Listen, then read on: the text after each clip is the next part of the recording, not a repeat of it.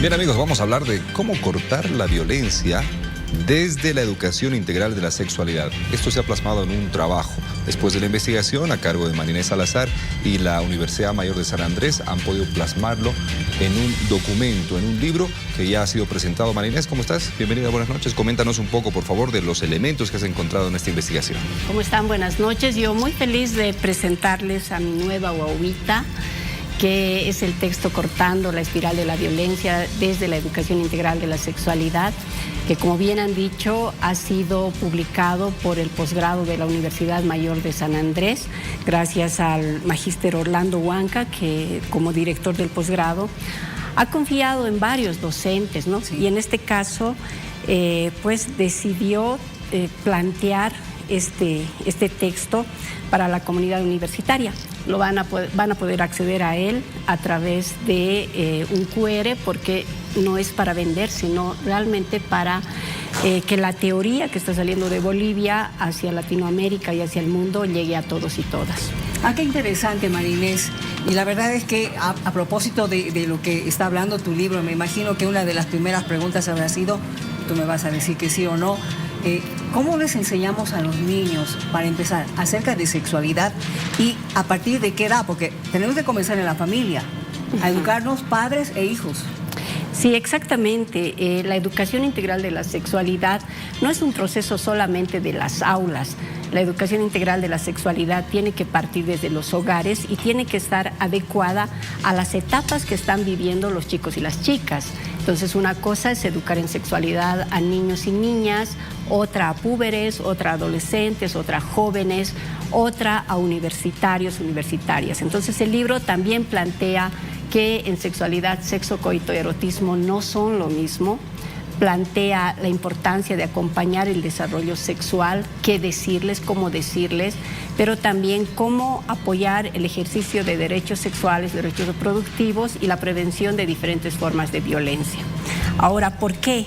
En relación a lo que tú preguntabas, ¿no?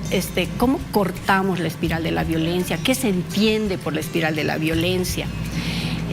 Primero, lo que ha pasado a raíz de esta investigación es que me he dado cuenta que no teníamos en el mundo y en Bolivia una definición única de violencia, ¿no? La gente confunde la violencia. Entonces, el definir la violencia como un estado de tensión en la lucha por el poder, donde una persona busca someter a otra, causando daño, sufrimiento o muerte, ha sido el primer paso. Pero luego entender que la violencia tiene niveles, tipos y formas. Niveles que son agresión, maltrato más profundo, abuso y crueldad. Estos niveles hay que entenderlos porque no son lo mismo. Y que hay tres tipos de violencia, que son la psicológica, la sexual y la física. Y hay muchas formas de violencia, como por ejemplo la educativa, simbólica, religiosa, mediática, digital, policial, etcétera. ¿Por qué la importancia de esto y por qué la universidad ha decidido apoyar esto? Porque esta tipología nos permite entender qué está pasando realmente. Por ejemplo, la estadística nos dice que la violencia familiar es la más alta. Pero ahí nos estaban diciendo la forma, sucede en las familias. Claro. La pregunta era, ¿qué tipo de violencia en las familias? ¿Sexual, física o psicológica? Allá. Si alguien dice sexual, la siguiente pregunta, ¿a qué nivel llegó? ¿Fue agresión? ¿Te miraron y te invadieron? ¿Fue maltrato? ¿Quisieron acosarte? ¿Fue abuso? ¿Te tocaron? ¿Fue crueldad? ¿Te violaron?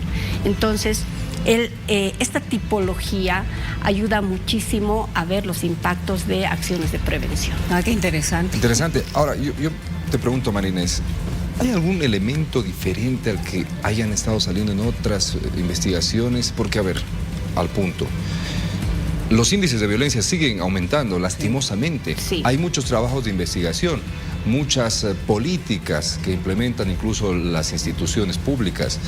¿Ha logrado encontrar algo que pueda generar ese quiebre en estas cifras? Sí, justamente por eso se llama Cortando la espiral de la violencia. Porque nos hemos acostumbrado a pensar en el ciclo de violencia, este momento en que en pareja nos encontramos en una tensión, luego viene el acto, luego viene la reconciliación y entramos al ciclo. Pero en realidad lo que pasa en nuestro país es una espiral. La violencia comienza por normas sociales que posicionan a las mujeres como objetos de reproducción, como objetos de exhibición, de ataque, como objetos de sacrificio, y posicionan a los hombres como instrumentos de control, de ataque, de procreación y de consumo. No es que hombres y mujeres nacemos así. Claro. Lo aprendemos. Eso significa que todavía nuestra sociedad es patriarcal. No hemos podido mejorar nada, porque para hablar de cómo romper, y que tú nos estás hablando de que todavía persisten estas formas de violentar, no hemos aprendido nada. Es que estamos atacando, si está bien usar el término, estamos usando el ataque hacia el síntoma y no a la estructura, ¿no? Esta espiral de la violencia responde a una estructura patriarcal, que en lo simbólico, cuando tú le dices a tu guagüita, macho, macho, macho, los hombres no lloran, lo estás volviendo instrumento de ataque, de control. O cuando le dices, una chica nomás tienes, unita nomás, lo estás volviendo un instrumento de consumo. Claro. O cuando le dices a tu hijita, ¿cómo no te vas a querer casar? Todas las mujeres quieren casarte, o cómo no vas a querer tener guaguitas, etcétera. Entonces, lo que estás haciendo es coadyuvar a esta violencia simbólica. Pero esta pasa por los medios, y aquí estamos nosotros, Miriam, ¿no? Quienes trabajamos en medios. Claro. Novelas, canciones, siguen manejando esta espiral.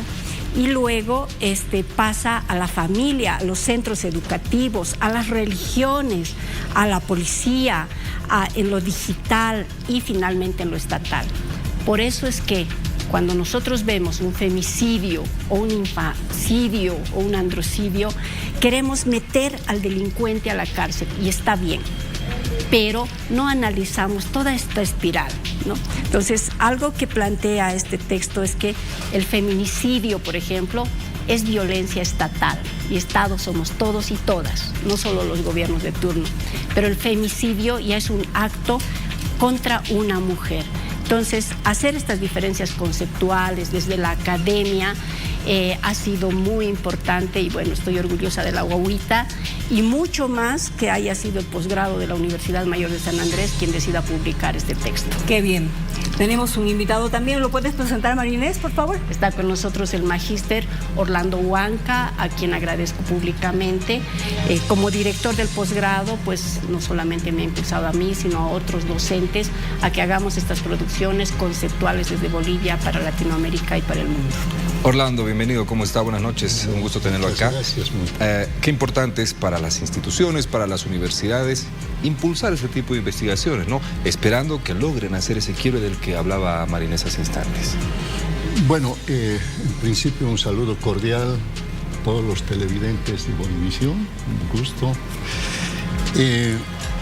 La Universidad Mayor de San Andrés, a la cabeza de nuestra máxima autoridad, la doctora María Eugenia García, encomendó a la unidad de posgrado, ya desde el año pasado, una tarea fundamental: atacar las brechas educativas que existen entre lo que es la educación secundaria y la educación superior. Entonces, en esta lógica, en este mandato, hemos rescatado que la escuela no es la única responsable de procesos educativos, sino hay muchas instancias. Desde esa perspectiva estamos enfrentando, buscando principalmente los nudos gordianos de lo que vendría a ser adoptar, incorporar la educación como un eje del desarrollo humano que nos permita enfrentar estos problemas tan álgidos que tiene la sociedad. Bien, a ver, yo quisiera que ahora sí me digas, ¿quiénes van a poder leer tu libro? Porque evidentemente cuando me dices de cortando la espiral de la violencia desde la educación integral de sexualidad, estamos hablando no solamente de la escuela secundaria, de la escuela superior. ¿Quiénes pueden leer tu libro? ¿Para quiénes va dirigido?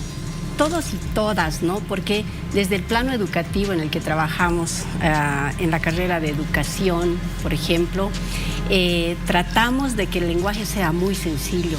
Entonces, madres, padres, estudiantes, profesionales pueden leer este texto y gracias a la universidad pues lo vamos a digitalizar para que puedan acceder todos y todas, ¿no? No va a ser de venta, va a ser de distribución de conocimiento. Qué bueno, qué buen trabajo. ¿Cuándo va a comenzar esta digitalización, decano? Gracias, pero la verdad es, tuve el privilegio de estar al mando de la unidad de posgrado hasta el 20 de mayo, ¿no? Ahora docente de la carrera de Ciencias de la Educación. Mire, se ha dejado y la universidad ha emprendido para incorporar estas estrategias un convenio con los maestros urbanos a nivel nacional. Entonces, a partir de esto se está implementando 18 diplomados, maestrías y doctorados para fortalecer la formación de los docentes de primaria y secundaria. Entonces, la estrategia es trabajar con ellos en la lógica de formador de formadores.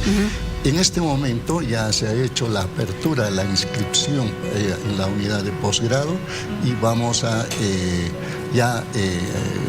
enfrentar este reto, toda vez que cada diplomado está trabajando estas temáticas contra la violencia, contra el acoso, está trabajando, por ejemplo, también lo que es el diseño curricular por competencias, ¿no? Hoy en este siglo XXI nos dicen que ya no es necesario llenar la cabeza del estudiante, sino lo importante es tener una cabeza bien hecha.